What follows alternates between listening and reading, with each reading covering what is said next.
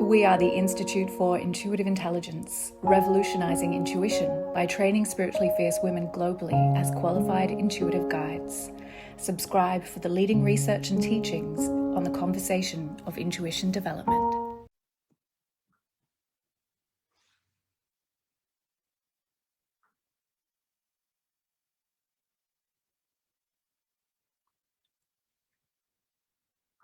Hey, dear beloveds. So wonderful to be here with you on this Tuesday afternoon here in Melbourne. And I wanted to drop by because, as is often the case, something is on my mind, irritating me a little bit, getting me excited, full of potential and possibility, but certainly something that I am very fond of talking about. But this might be a slightly different way of investigating it, a reframe, if you like, or perhaps a deepening into understanding, because I think part of the my job is to speak about these things in as many different ways as possible, because I really want us to have a deep and intimate relationship with our intuitive intelligence beyond the trinkets and superstitions of the New Age. So I want to talk about shallow versus deep states of intuition. We might hear about this idea of deep states of intuition. People like Greg Braden speak about the eye of the heart, and how, you know, when we're operating from our deep states of intuition, it's beyond anything else in terms of its power and potency to change our life. So let me give you my understanding of these, the ways that we can access our intuition. Obviously, even in the way I'm describing it, what we're seeking is a deep state, a deep and intimate connection to our intuitive intelligence versus a shallow intuition. So let's begin with shallow. What do I mean by a shallow intuition? Isn't all intuition great, Ricky? Shouldn't, you know, we just be happy if we have any connection to our intuition?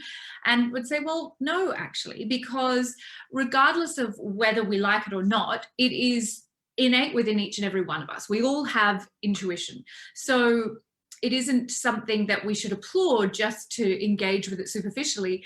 If we're in this work, we should be wanting to do better. For someone who's not interested in awakening their intuition, having an innate intuition, developing an innate intuition is not relevant, right?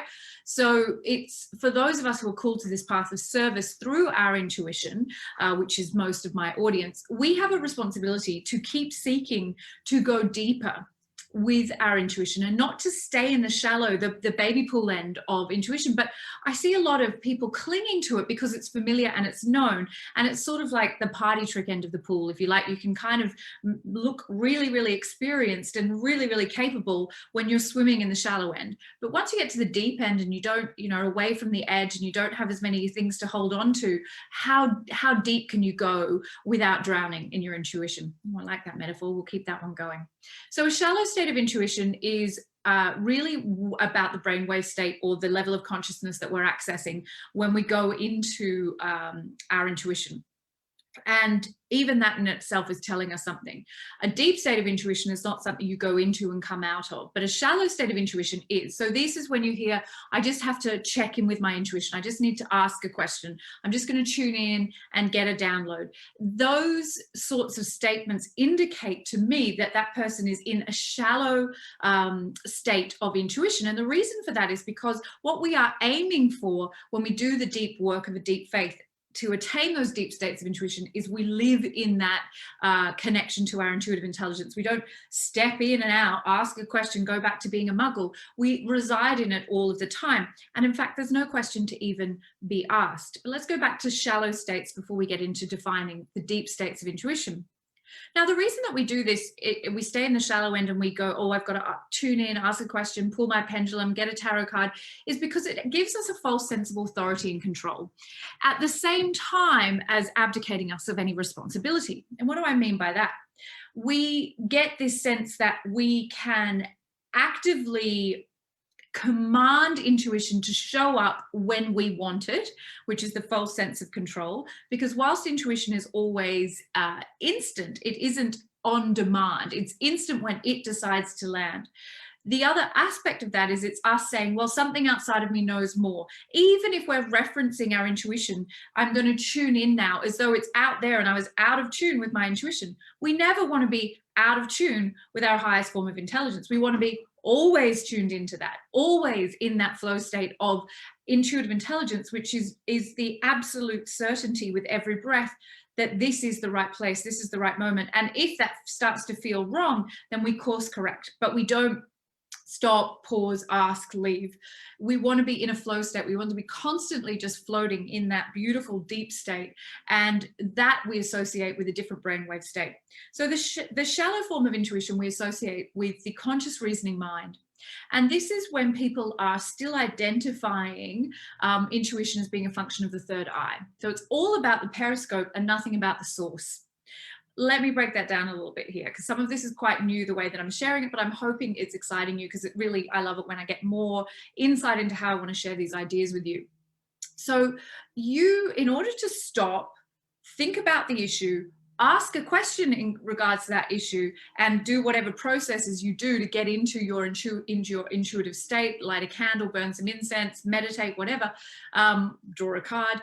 You've gone straight into your reasoning conscious mind. You're in your analytical brain. You've engaged the ego identified self in order to try to access something that is below the conscious reasoning mind. So we've already created a schism or a dissonance in the way that we're approaching accessing our intuition, because you have already engaged that analytical processing and created a wall between your natural state. You've moved into a beta brainwave state versus an alpha or a theta state, which is what we really want to be in. So we've leapt into our reasoning analytical mind, and we may have lived there all of the time, so that's just a continuation. So it feels familiar as well. So that's another reason why we prefer the control or perceived authority of that shallow state of intuition. Is I can turn it on, I can turn it off.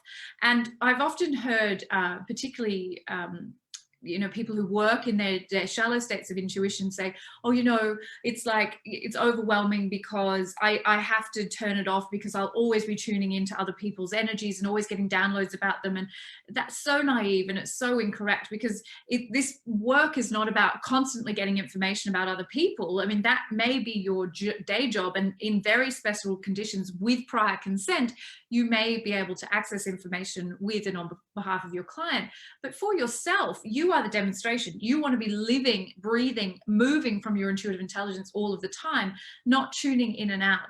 So to be worried that you'd be overwhelmed, or that you need to tune out and tune back in order to protect your finite energy, is just such a naive statement, because that is not how it all functions. The way it functions is that flow state generates more energy. We're not tuning into other people because they're not our business, and we're staying in right relationship with ourselves through our intuition. Where do I want to go with this? What I want us to understand then is that we make the first error when we go into, I'm now going to tune into my intuition. We've automatically moved into the conscious reasoning mind, the analytical brain, and we've shut down our natural innate ability to connect. The periscope of the third eye is also the reason, that we often associate intuition with the third eye, because it is the symbolic side. It's where that deep state of intuition generated by the heart emerges in our subtle body, so that we can receive that symbolic sight. But it's not the origin of it. So we are once again often looking for signs. It was a sign. I felt this. I saw this.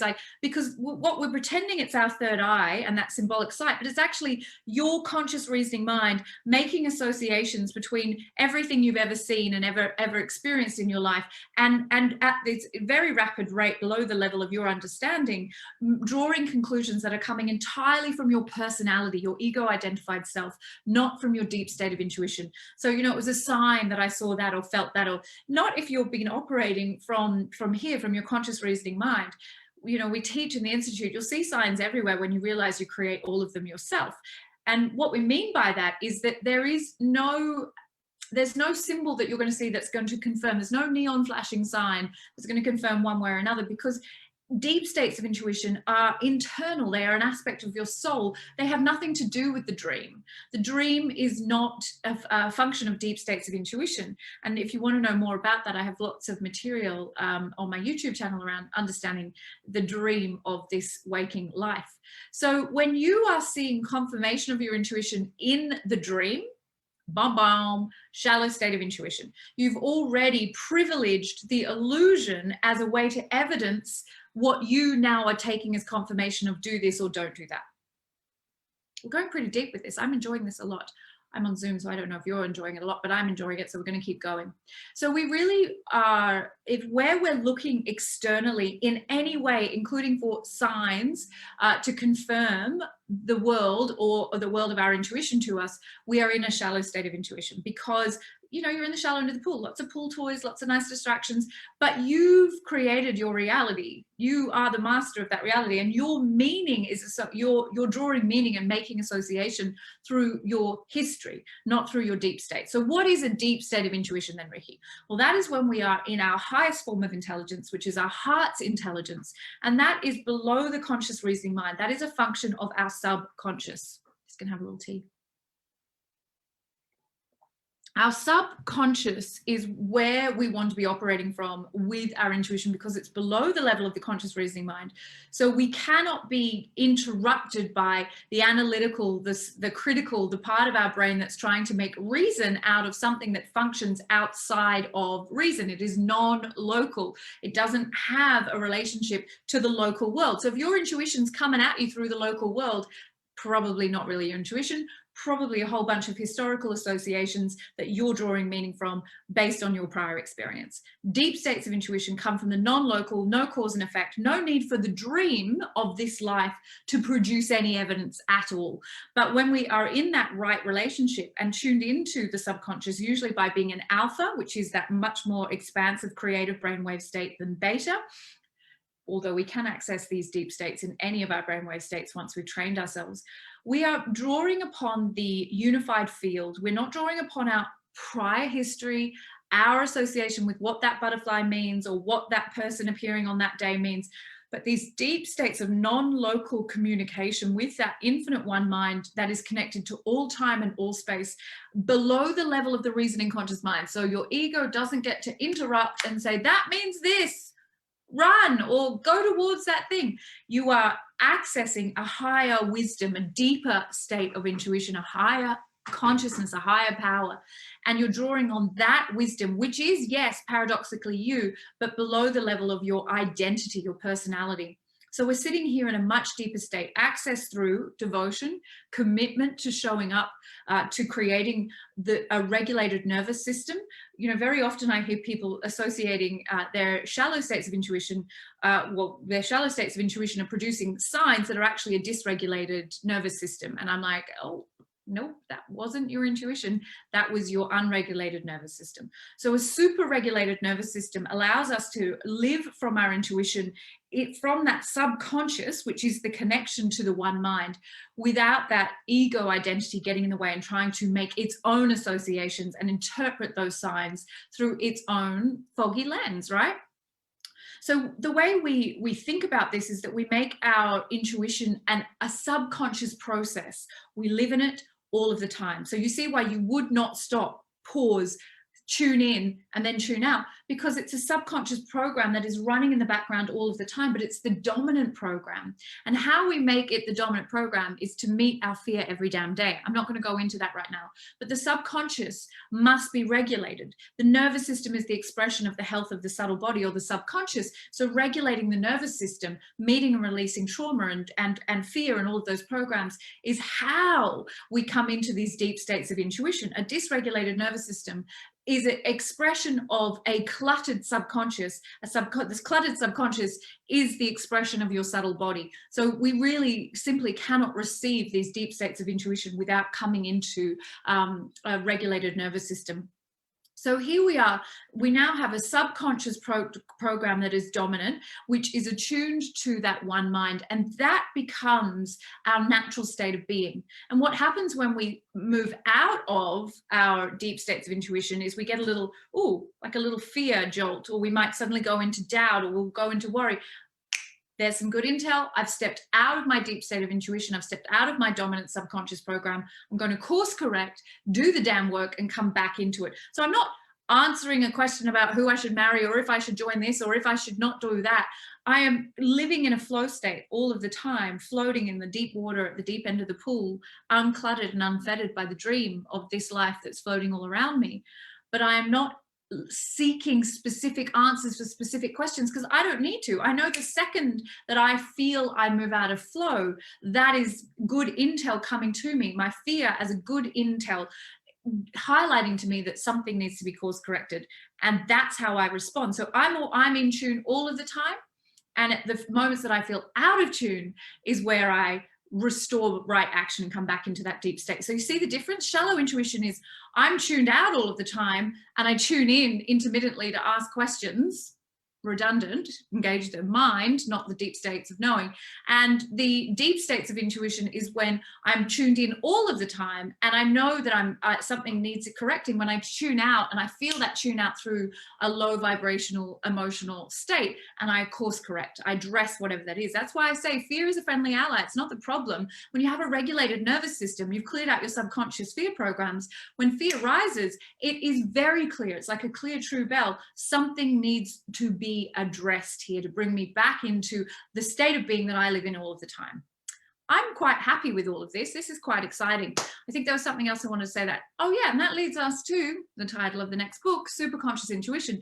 So to live in that deep state of intuition, to have the nervous system regulated, the subconscious primed, released from fear, running that intuition dominant program, tuned in all of the time or dominantly, not tuning in occasionally to ask a question, that is what we call a superconscious intuition. That is when your intuitive intelligence has become your state of being all of the time. And that is what we're aiming for. And that is what I stand for and what I teach. And so when we are engaging in these shallow end of the pool states of intuition, we are trying to control the dream rather than create the dream. We are believing that something outside of us has authority. We're giving authority to the local, to the 3D, to the gross material plane, which is simply a manifestation of our consciousness. And depending on how much work you've done will depend on what you're seeing, right? So it's really, really, really vital that we stop trying to control the dream and play in the shallow end of the pool, and instead work towards creating a state of being that we live in that is a subconscious intuition dominant program all of the time, which will allow us to live from our superconscious intuition.